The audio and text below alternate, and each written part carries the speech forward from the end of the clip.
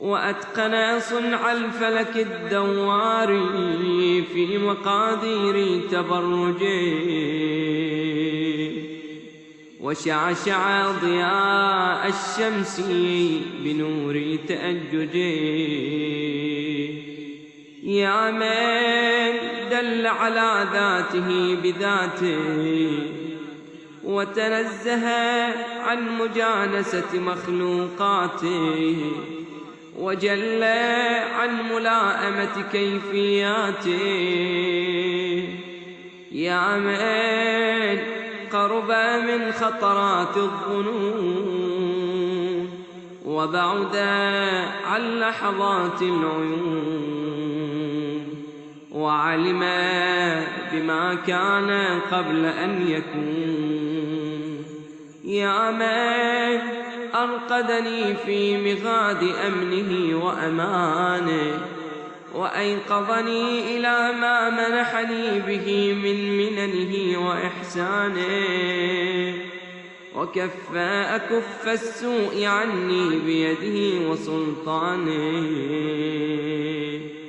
صل اللهم على الدليل إليك في الليل الأليل، والماسك من أسبابك بحبل الشرف الأطول، والناصع الحسب في ذروة الكاكل الأعبال، والثابت القدم على زحاليف غاف الزمن الأول، وعلى آله الأخيار المصطفين الأبرار. وافتح اللهم لنا مصاريع الصباح بمفاتيح الرحمة والفلاح، وألبسني اللهم من أفضل خلع الهداية والصلاح، وأغرس اللهم بعظمتك في شرب جناني ينابيع الخشوع، وأجر اللهم لهيبتك من آماقي زفرات الدموع، وأدب اللهم نزق الخلق مني بأزمة القنوع. إلهي إن لم تبتدئني الرحمة منك بحسن التوفيق، فمن السالك بي إليك في واضح الطريق. وإن أسلمتني أناتك لقائد الأمل والمنى، فمن المقيل عثراتي منك بوات الهوى. وإن خذلني نصرك عند محاربة النفس والشيطان،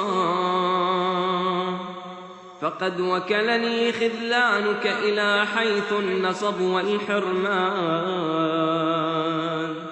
إلهي أتراني ما أتيتك إلا من حيث الآمان، أم علقت بأطراف حبالك إلا حين باعدتني ذنوبي عن دار الوصال.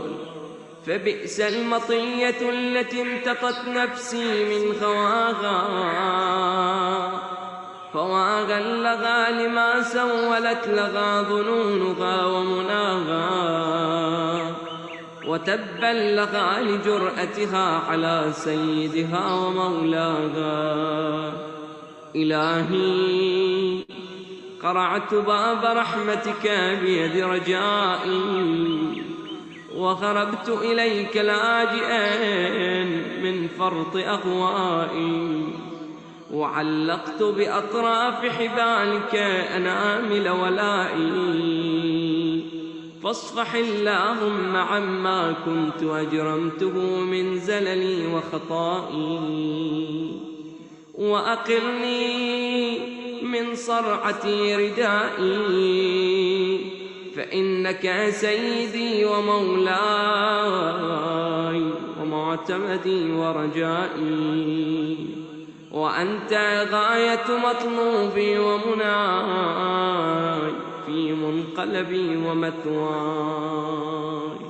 إلهي كيف تطرد مسكينا التجأ إليك من الذنوب هاربا؟ أم كيف تخيب مسترشدا قصد إلى جنابك ساعيا؟ أم كيف ترد ظمآنا ورد إلى حياضك شاربا؟ كلا وحياضك مترعة في ضنك المحول، وبابك مفتوح للطلب والوغول، وأنت غاية المسؤول ونهاية المأمول. إلهي هذه أزمة نفسي عقلتها بعقال مشيئتك، وهذه أعباء ذنوبي درأتها بعفوك ورحمتك، وهذه أهوائي المضلة وكلتها إلى جناب لطفك ورأفتك.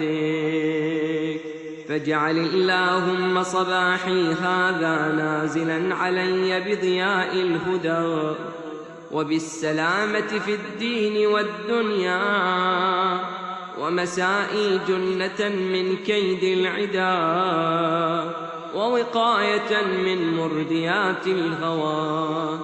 إنك قادر على ما تشاء، تؤتي الملك من تشاء وتنزع الملك ممن تشاء، وتعز من تشاء وتذل من تشاء، بيدك الخير إنك على كل شيء قدير. تولج الليل في النهار وتولج النهار في الليل، وتخرج الحي من الميت وتخرج الميت من الحي، وترزق من تشاء بغير حساب. لا إله إلا أنت سبحانك اللهم وبحمدك. من ذا يعرف قدرك فلا يخافك، ومن ذا يعلم ما أنت فلا يهابك.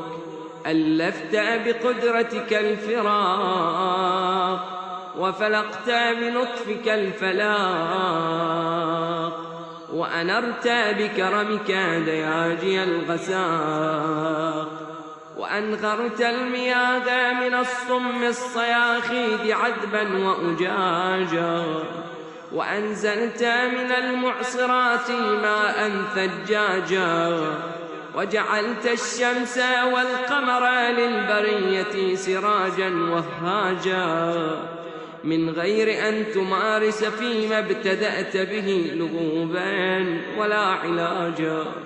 فيا من توحد بالعز والبقاء وقهر عباده بالموت والفناء، صل على محمد وآله الأتقياء، واسمع ندائي واستجب دعائي، وحقق بفضلك أملي ورجائي.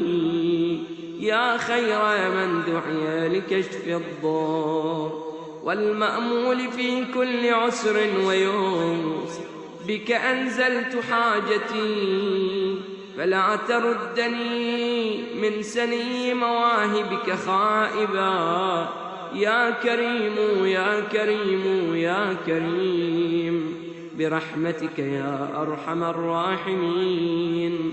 وصلى الله على خير خلقه محمد وآله أجمعين. ثم اسجد وقل: إلهي قلبي محجوب، ونفسي معيوب، وعقلي مغلوب، وهوائي غالب، وطاعتي قليل، ومعصيتي كثير، ولساني مقر بالذنوب. فكيف حيلتي يا ستار العيوب، ويا علام الغيوب، ويا كاشف الكروب، اغفر ذنوبي كلها بحرمة محمد وآل محمد. يا غفار يا غفار يا غفار برحمتك يا أرحم الراحمين. وصل اللهم على محمد وآله الطيبين الطاهرين.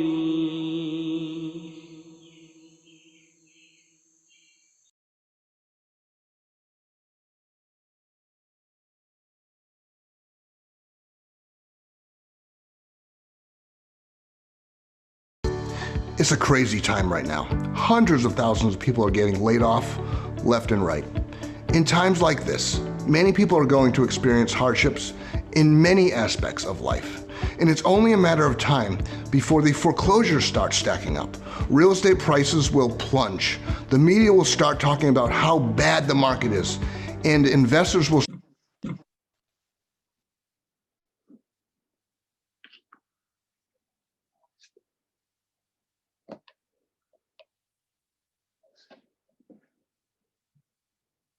أعوذ بالله من الشيطان الرجيم. بسم الله الرحمن الرحيم. الحمد لله رب العالمين، وصلى الله وسلم على سيدنا ونبينا محمد وآله الطيبين الطاهرين.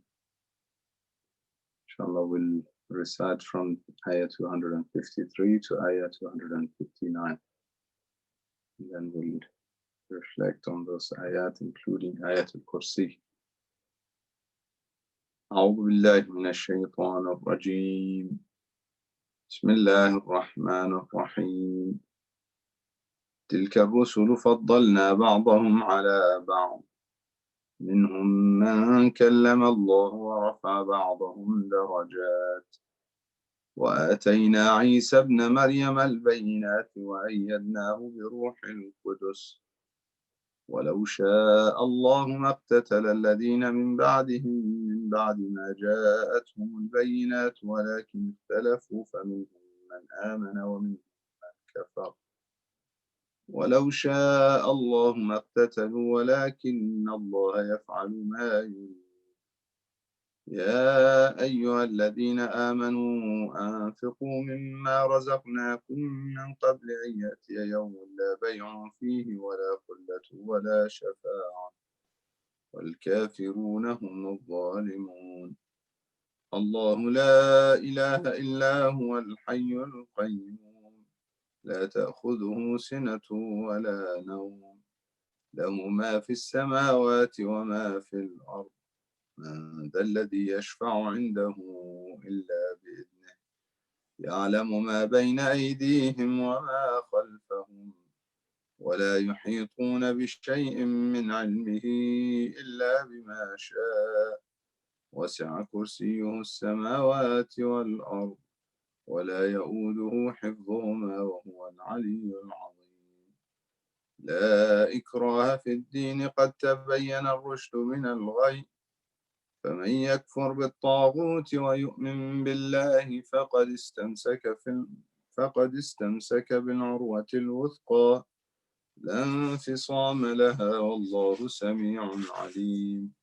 الله ولي الذين آمنوا يخرجهم من الظلمات إلى النور، والذين كفروا أولياؤهم الطاغوت يخرجونهم من النور إلى الظلمات، أولئك أصحاب النار هم فيها خالدون. ألم تر إلى الذي حاج إبراهيم في ربه أن آتاه الله الملك، إذ قال إبراهيم ربي الذي يحيي ويميت قال أنا أحيي وأميت، قال إبراهيم فإن الله يأتي بالشمس من المشرق فأت بها من المغرب، فبهت الذي كفر، والله لا يهدي القوم الظالمين. أو كالذي مر على قرية وهي خاوية على عروشها قال أنى يحيي هذه الله بعد موتها، فأماته الله 100 عام ثم بعثه، قال كم لبثت؟ قال لبثت يوما أو بعض يوم، قال بل لبثت 100 عام، فانظر إلى طعامك وشرابك لم يتسنه، وانظر إلى حمارك ولنجعلك آية للناس وانظر إلى العظام كيف ننشزها ثم نكسوها لحما فلما تبين له قال أعلم أن الله على كل شيء قدير آمنا بالله صدق الله العلي العظيم.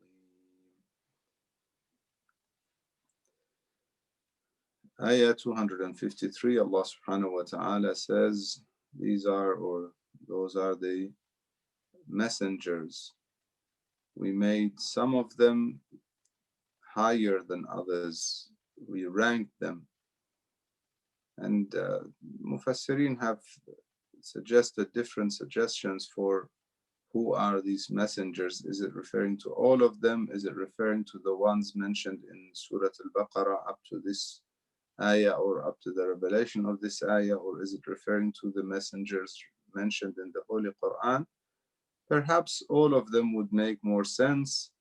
And that is why it comes with the plural with al. Rusul is the plural of messengers. Ar-Rusul, the messengers, which suggests inclusivity. So they're all included. And in general, some messengers were given bigger responsibilities and bigger tests, in fact, and they had their status is also higher in the eyes of Allah subhanahu wa ta'ala. He says, Minhum man kallam Allah. Does this contradict the ayah that says, لا نفرق بين أحد من رسله? We do not distinguish between any of his messengers. In the end of this surah, in fact, Aman al-Rasul, the ayah that we are recommended to recite after Salatul Isha specifically. The answer is no. The other one is suggesting that we do not deny any of them. We don't accept some and deny some. However, here it is telling us that despite us accepting them as messengers, some are ranked higher than others. وَرَفَعَ بَعْضَهُمْ, some of them God spoke to, referring to Nabiullah Musa ala nabina wa alayhi salam. وَرَفَعَ بَعْضَهُمْ دَرَجَاتٍ, and some of them he ranked higher and or gave several ranks higher than the rest. وَآتَيْنَا عِيسَى ابْنَ مَرْيَمَ الْبَيِّنَاتِ, and we have given Nabiullah Isa, the son of Maryam, the proofs. وَأَيَّدْنَاهُ, and we supported him. بِرُوحِ الْقُدُسِ, could be the archangel Jibreel, or it could be another being or another creation of Allah subhanahu wa ta'ala. We have been given both suggestions. Nonetheless, وَرَفَعَ بَعْضَهُمْ دَرَجَاتٍ, being in the middle between the two, between Musa alayhi salam and Isa alayhi salam, could be referring to Rasulullah sallallahu alayhi wa sallam, as he is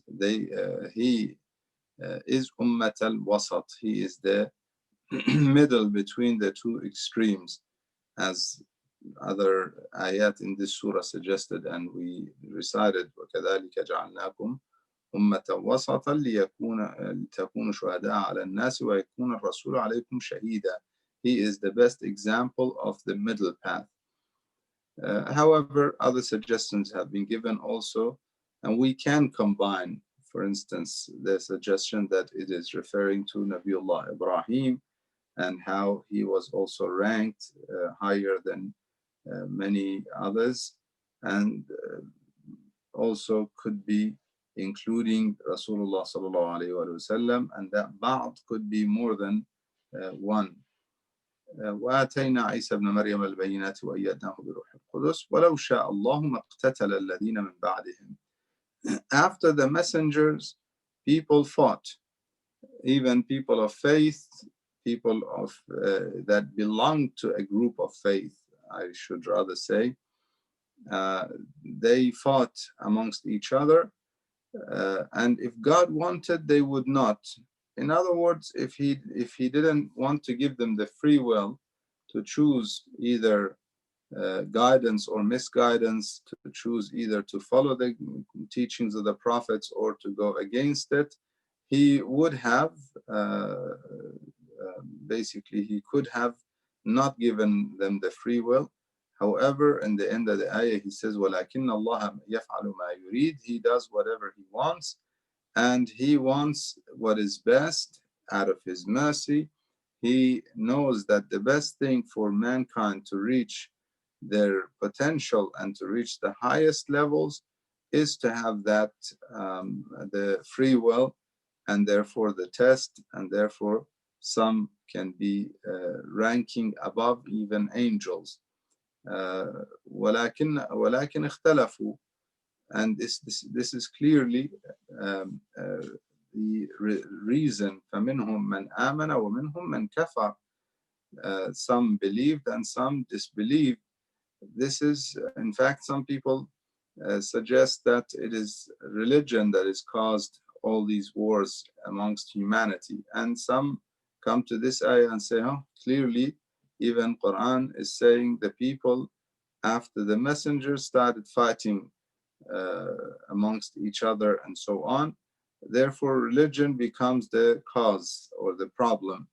Wal'iyadhu billah, this is a very, very shallow and very naive way of thinking, because number one, the teachings of messengers, if we look at the teachings of messengers, all of their teachings are basically result in peace. Their teachings are about forgiveness. Their teachings are about kindness. Their teachings are about mercy, and so on. So those teachings are ought to bring peace amongst people, not to bring war against people. The other clear proof is that when the Prophet ﷺ came and established the Ummah, he brought peace. The first thing he did when he established the first government was bringing peace between two tribes that were fighting for, according to some narrations, for 300 years. Aus and Khazraj had been fighting and bloodshed, and he brought peace between them. And similarly, other messengers. And the teachings are very clear.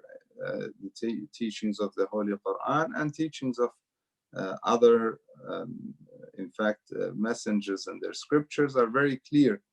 Nonetheless, we know for a fact that people misuse anything in order to gain certain things when they're after material things in life.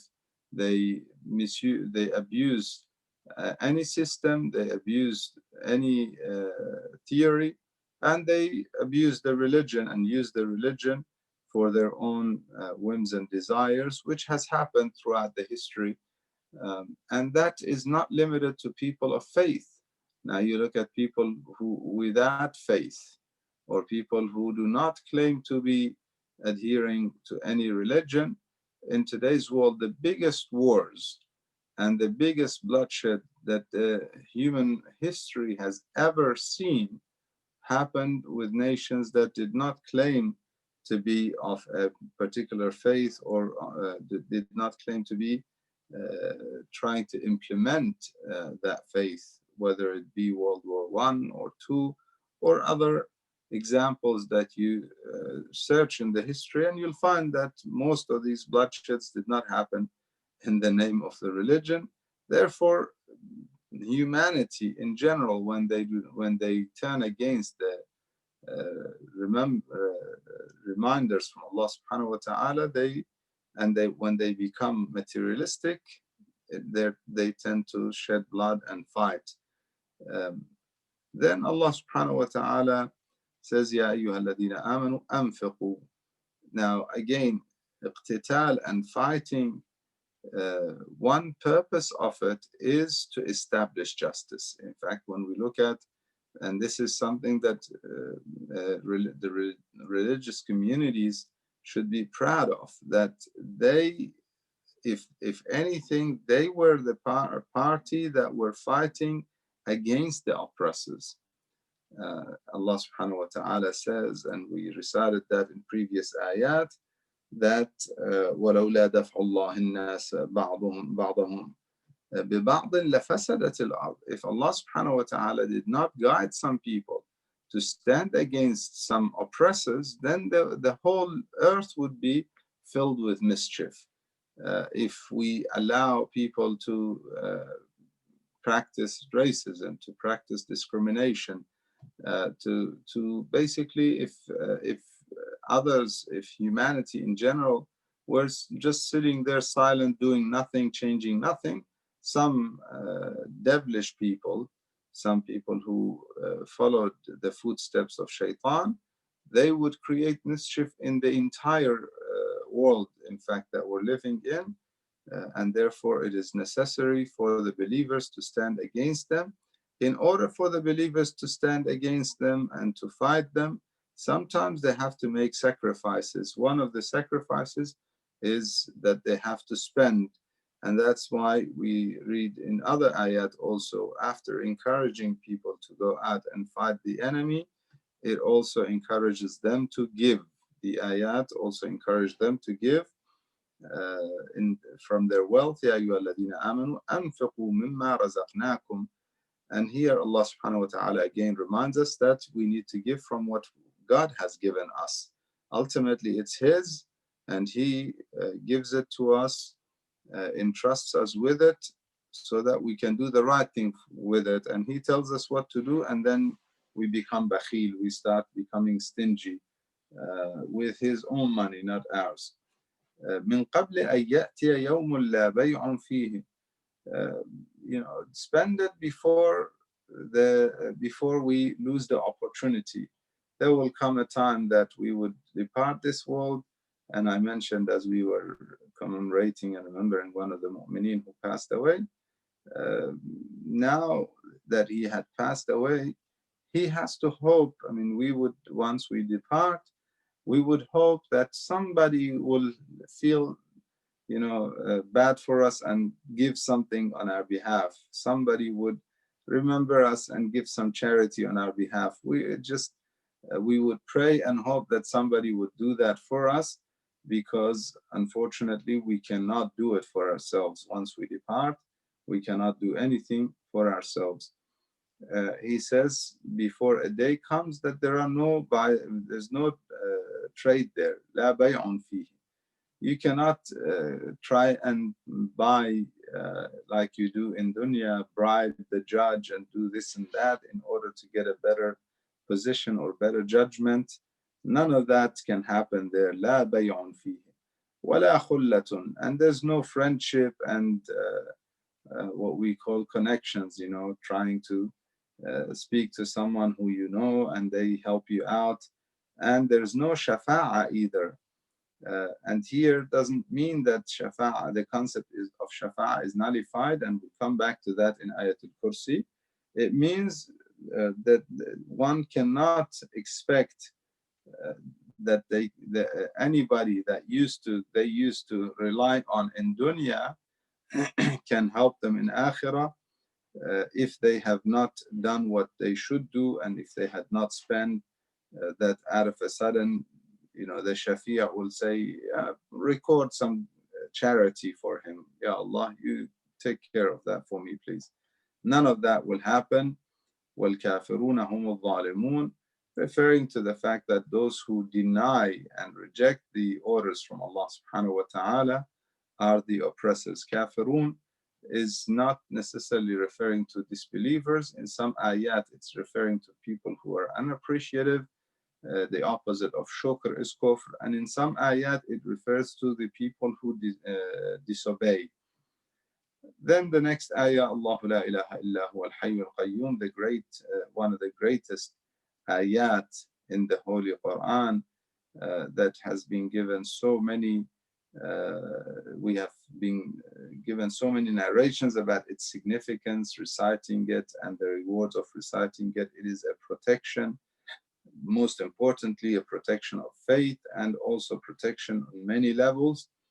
It starts with the name of Allah subhanahu wa ta'ala, And then that, the declaration of Tawheed, Allahu la ilaha illa huwa al-hayyul qayyum. Some of our mufassirin, they say these two attributes include all of the attributes of Allah subhanahu wa ta'ala.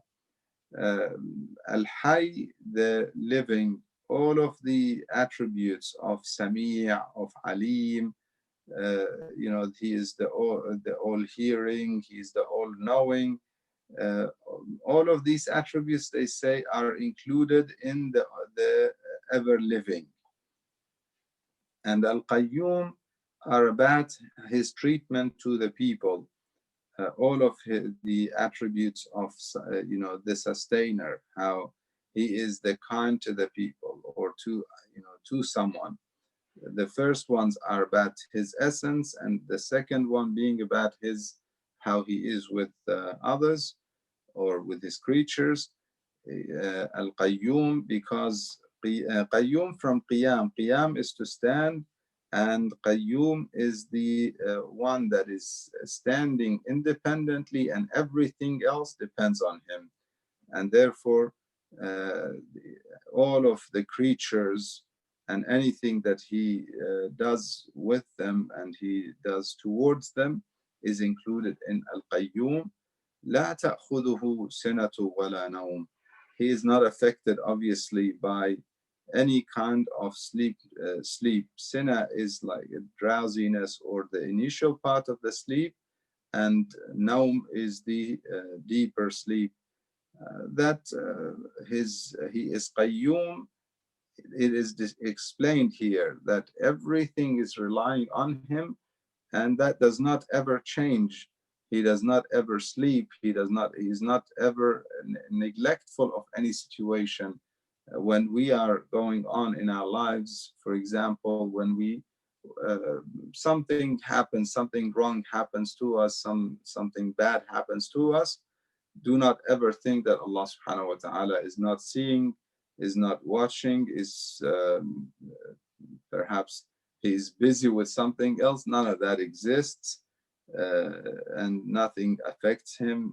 No sleep, no tiredness, none of that. له ما في السماوات وما في الأرض. Everything in the heavens and in the earth belong to him. This is well related to the first, to the ayah before this. أنفقوا مما رزقناكم. Give from what we have given you. Ultimately, it belongs to Allah subhanahu wa ta'ala. He gave it, and he didn't give it to us as a transaction that, okay, we did something and he paid it to us, now it belongs to us, not to him. No, it is all entrusted with us temporarily to do the right thing with it, whether it be our body, whether it be our finances and the money that he gives us and belongings, or even, this infaq could be even beyond that, could be even teaching from the wisdom that he has taught you, the knowledge that he has given you. Also, that is part of أنفقوا مما رزقناكم. However, the most relevant one to the ayah is to spend in terms of the financial things that God has given you, the financial ability and the finances that he has given you. And then he says, everything belongs to him.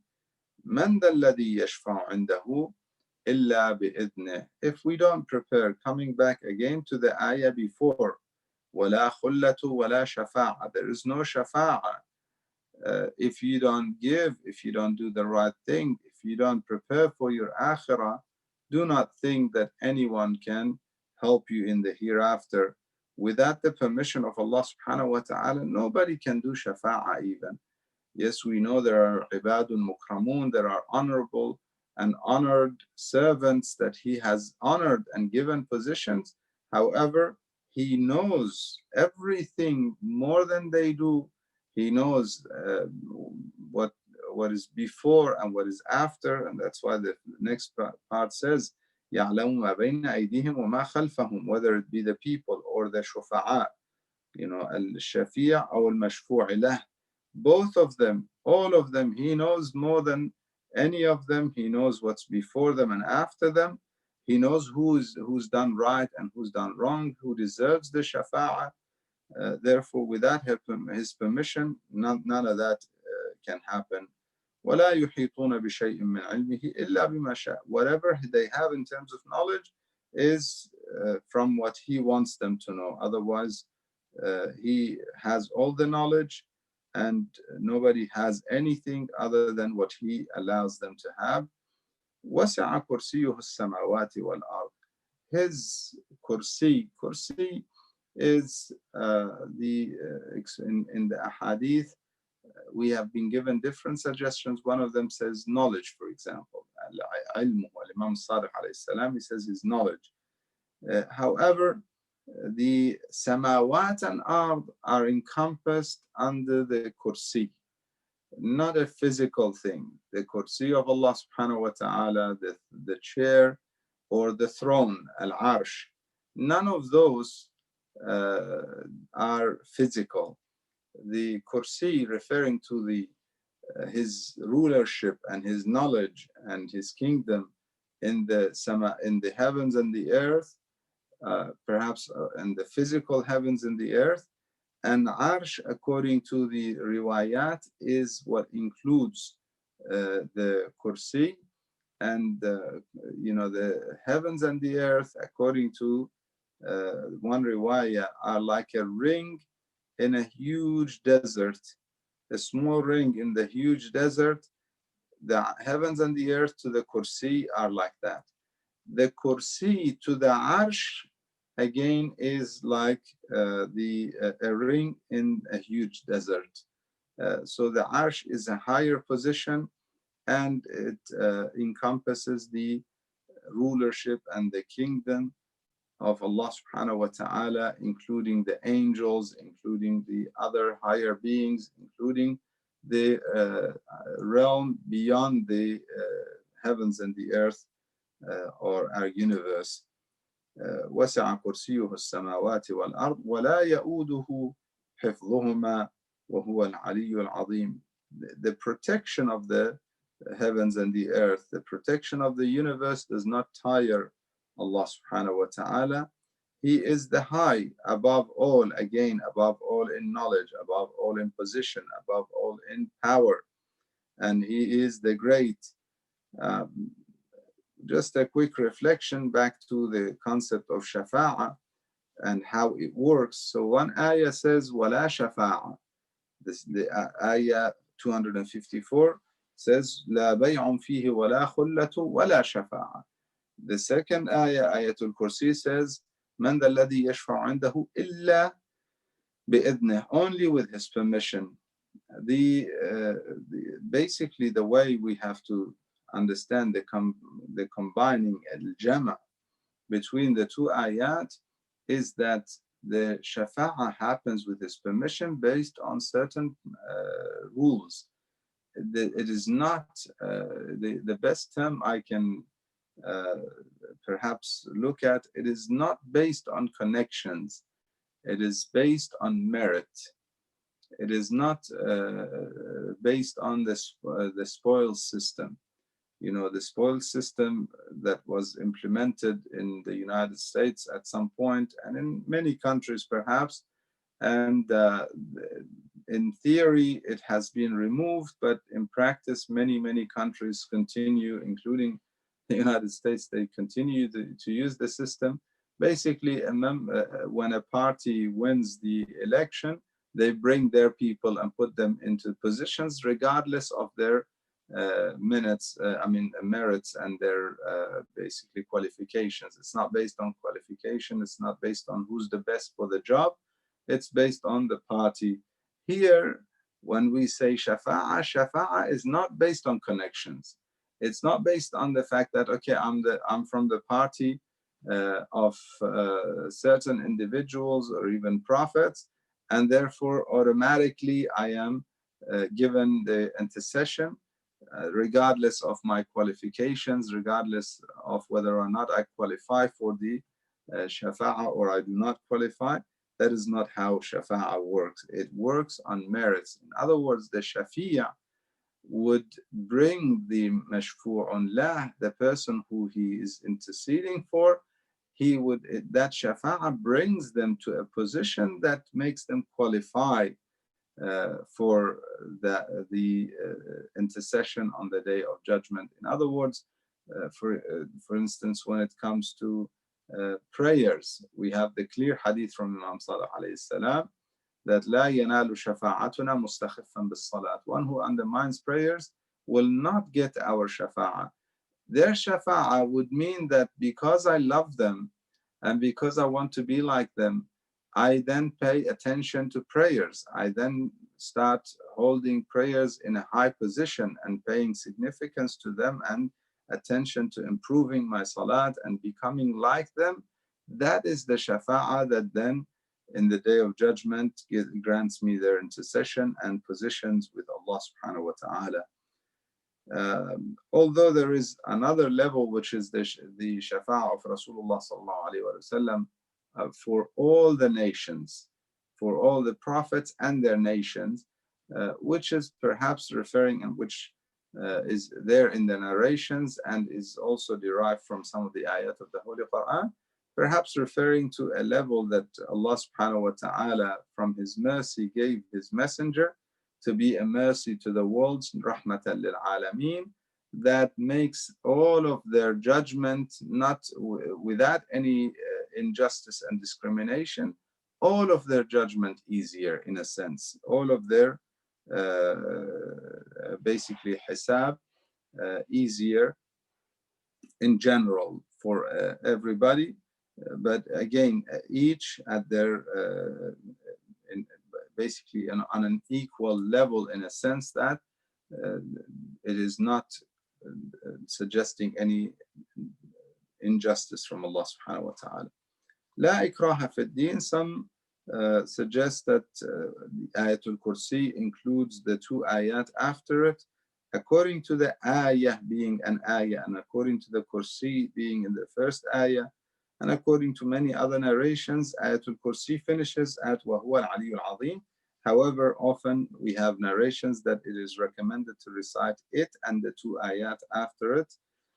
One is لا إكراه في الدين قد تبين الرشد من الغي. After Ayatul Kursi, after the clear explanation of faith and the attributes of Allah subhanahu wa ta'ala, after the Quran and the clarification of faith, there is no need to basically force anyone and have compulsion in the religion for against anybody.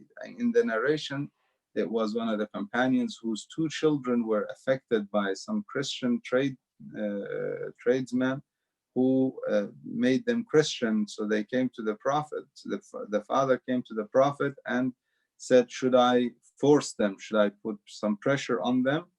And the ayah was revealed, لا إكراه في الدين قد تبين الرشد من الغي. Some people would then wonder, why did Islam fight wars? Islam fought to liberate people. Islam fought to defend the weak. Islam fought to liberate nations. Did not fight to force anyone to become a Muslim or to adhere to the religion of Islam, because that forcing would in fact create hypocrites, not believers. If somebody is accepting the faith only to save their life, then they are a hypocrite, and Islam does not want hypocrites. In fact, they are worse than the disbelievers. They are in darak al-asfali min an-nar.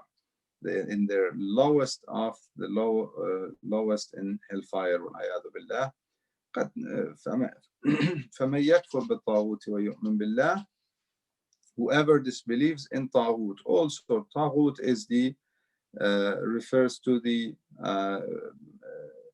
extravagant, but linguistically, it could be referring to Shaitan. It could be referring to the people who follow Shaitan. It could be referring to tyrants and oppressors and dictators, or all of them. Whoever denies them and disobeys in them and obeys and believes in Allah subhanahu wa ta'ala, then he has held tight to the al-urwat al-wuthqa, the basically the rope that is strong. You know, if you're going down in a well, you want to make sure that the rope that you're holding, or if you're climbing, you want to make sure the rope that you're holding is strong enough. It's not going to snap and you fall and you perish. Here, it is obedience to Allah subhanahu wa ta'ala is that urwatul wuthqa, that does not snap, does not change.